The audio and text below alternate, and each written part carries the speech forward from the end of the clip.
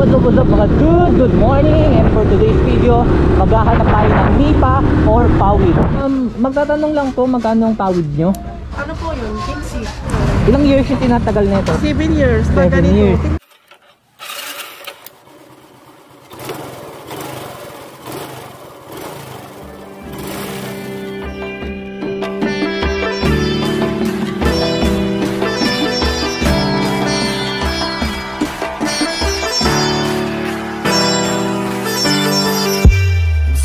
Find your way back home.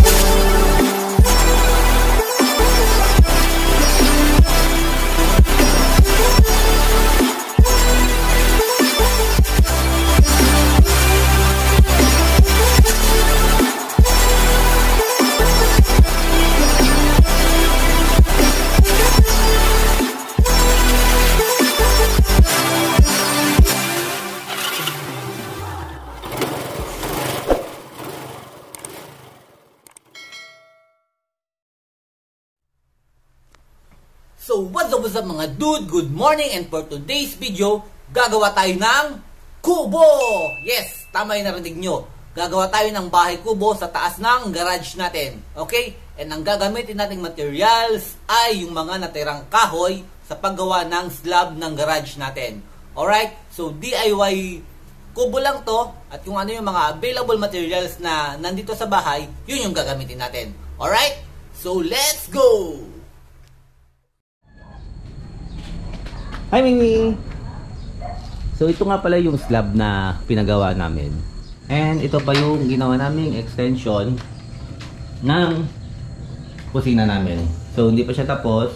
May tiles na siya. So parang may bar counter dito. And kulang na lang dito is cabinet. Alright? So baka naman sinong mabuting loob dyan na magbigay ng magandang presyo. Okay. So ito yung mga gamitin natin na pako. Tinuwid ko na pako yung mga binunot ko dun sa slab. So ito yung mga kahoy na gagamitin natin. Yung iba na iangat ko na. Sayang kasi nauulanan. So gawin na lang nating kubo. Okay. So ito yung hagdan na gawa ni Kuya Robert. So para siyang kahoy style. Alright. And ito yung taas ng slab natin. Okay, so yung kubo na gagawin natin is dito sa may kabila. Harap tayo dito. Ayan. I feel like I'm losing my mind. Is everybody in the world blind? Please Lord give me a sign, a sign. I feel like I'm losing my mind. Everybody in the world blind?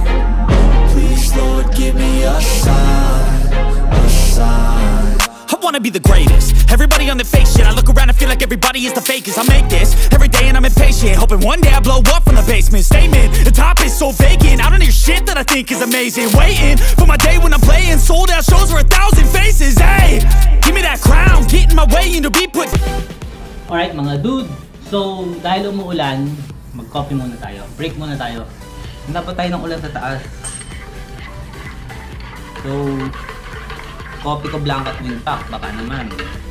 So, hindi ko sure kung kailan natin matatapos to. Pero after itong breeze na to, puputol tayo ng mga kugon dito. Yung mga matataas na damo. Yun yung ibububong natin. At saka, mas malamig kasi kapag kugon yung bubong natin sa kubo.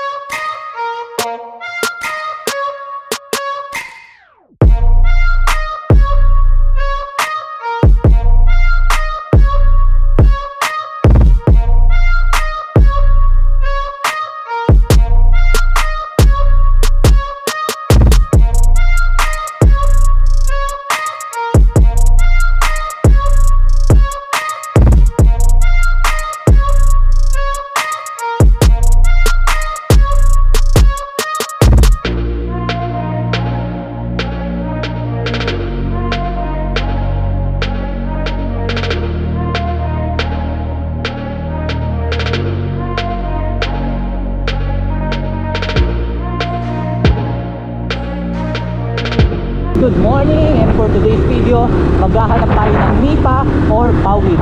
So sa previous video natin, nagawa tayo ng kubo sa taas ng parking area natin. So nagpa-slab tayo doon. So para hindi masayang yung space, gagawa ako ngayon ng kubo. So okay na yung frame ng kubo natin. Ang kulang na lang is bubong. So tagulan ngayon, kailangan na natin siyang mabubungan. So medyo na-late tayo ngayon ng alis paghahanap ng nipa or pawid. So papunta tayo ng Paliparan. Dito may nagsabi sa akin na meron daw na gumagawa ng kubo. So titingnan natin kung meron din silang binibentang nipa. Alright, so thank you kay Sir Jay sa pag-inform sa akin kung saan may malapit na mabibilhan ng nipa. Shout out Sir Jay. Alright, alternative na pwedeng ilagay sa kubo is ugod instead na nipa or pawid. Meron sa aming kugon, kaya lang maliliit pa. So okay, so ito rin yung first time pala mga dude na mag-vlog tayo na nakasakay sa motor. Alright, so i-check din natin itong Hero 9 natin kung maganda ba ang stabilization and also yung mic nya. So internal mic lang yung gamit ko, wala akong ginagamit na any external mic. So i-test natin to kung maganda ba yung result. Okay, so right now papunta na tayo sa Paliparan.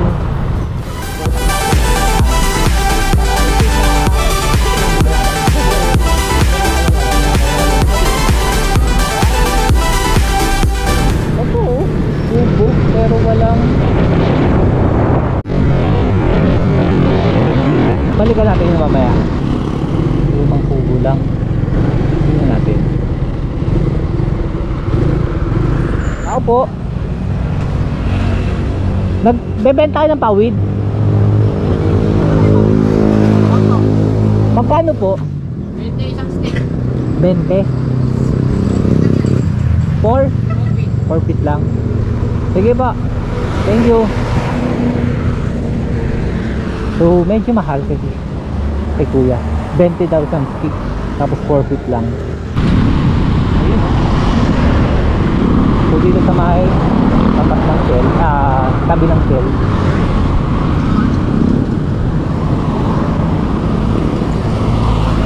Kaya taga dito kayo? Meron kayang nagtitinda ng ano dito, pawid? Meron ako dyan. Sige, tingnan ko na lang. Yes! Sige kuya.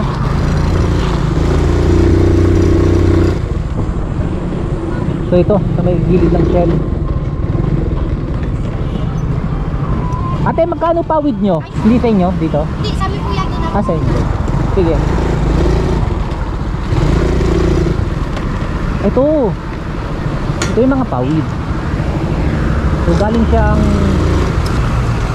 niyog, dahon ng niyog. So sa mga hindi pa nakakalam kung ano yung pawid. Magkano 6 feet? Ano po, 19 po ang isa. 19. Tapos 4 feet, 18 po ang isa. piso lang yung difference. Ito yung 6? 4. Okay. Ito yung 6. Ganito kahaba yung 6. Opo, yung 6 feet po. Ayan. Okay, walang ano? Discount? I mean, walang ano, bawas na yung ending. Sa ano po, 19. Ano, 20 po siya. Binawasan ko na lang po. 19 pesos Oo, binawasan na ko ano, na lang. bawas na yun. Okay. So ito sa may tabi ng shell. Okay na naman yun. Compare natin dun sa online. 28, I think yun, or 26. So malang na yung na-discount na rin dito. Ay, Jessie Caseno.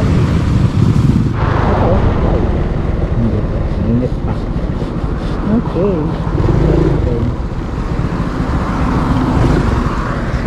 Kuya, nagbebenta rin po ba ng pawid dito? Kanino po pwede magtanong?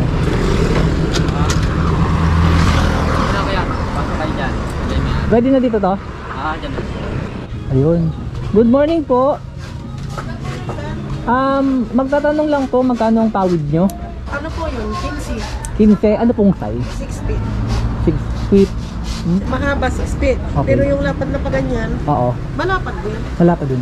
Meron po bang, pwede po makita? Ano no? Ah, ito pala mga pawid nyo. Wala na pong bawas yung 15? Dito sir, sa ano yan sir eh, 17 sana. Nakakatulad ng kasi. Ng 15? Oo, kasi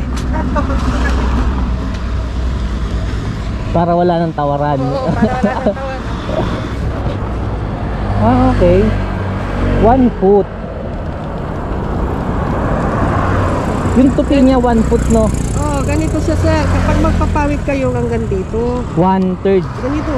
Oo, mga 2 inches. Oo, ganyan. 2 inches. Kasi pag Ayan. igilalagay nyo dito, Sa gitna. wala na, matutulo na kayo dito. Oo, tutulo na. Kailangan dito para matagal. Kasi pag dito, madali lang yun, sandali Oo. lang. Ilang years yung tinatagal nito? 7 years, pag 7 ganito. years. Tignan nyo yung papaano nila doon sir. Okay. Kasi- Tapos kailangan ko pa lagyan din ng net. Oo, kailangan may net kayo kasi pag, depende naman sa inyo. Oo. Kung halimbawa, hindi nyo nalalagyan ng net, pwede rin kasi pag mahangin, pa ganon, babaliktad. Kailangan may net. May ano ba to? Pawid, I mean, merong yung... kawayan sa loob. Oo, may kawayan sa loob. So itatali ko na lang to pala. Sa Kung kawayan. itatali nyo, pwede rin. Kung papakuan nyo, pwede rin. Para kasi ang nipis. Hindi. Sa amin pa akong ginagamit. Nagdi-deliver din po ba kayo? Ay, kubo lang sir ang dinideliver Ubo lang. namin. Oo. Pero pag mga ganyang pawid, Hindi hindi po na. sir. Mga pawid, mga ganito, upuan, kulungan. Pick up. Okay. Yun yung mga bahay kubo lang po dinideliver namin. Opo. Sige po, thank you po. So yun mga dude, no, buti kumaliwa tayo, ay kumanan tayo. So yung pawid dito, 6 feet, 15 pesos lang. So ito is malapit dun sa The Island Farm. Okay, yung Manuel Kubo. They tell me that I'm never gonna make it. They want me to do something that can make sense. They hate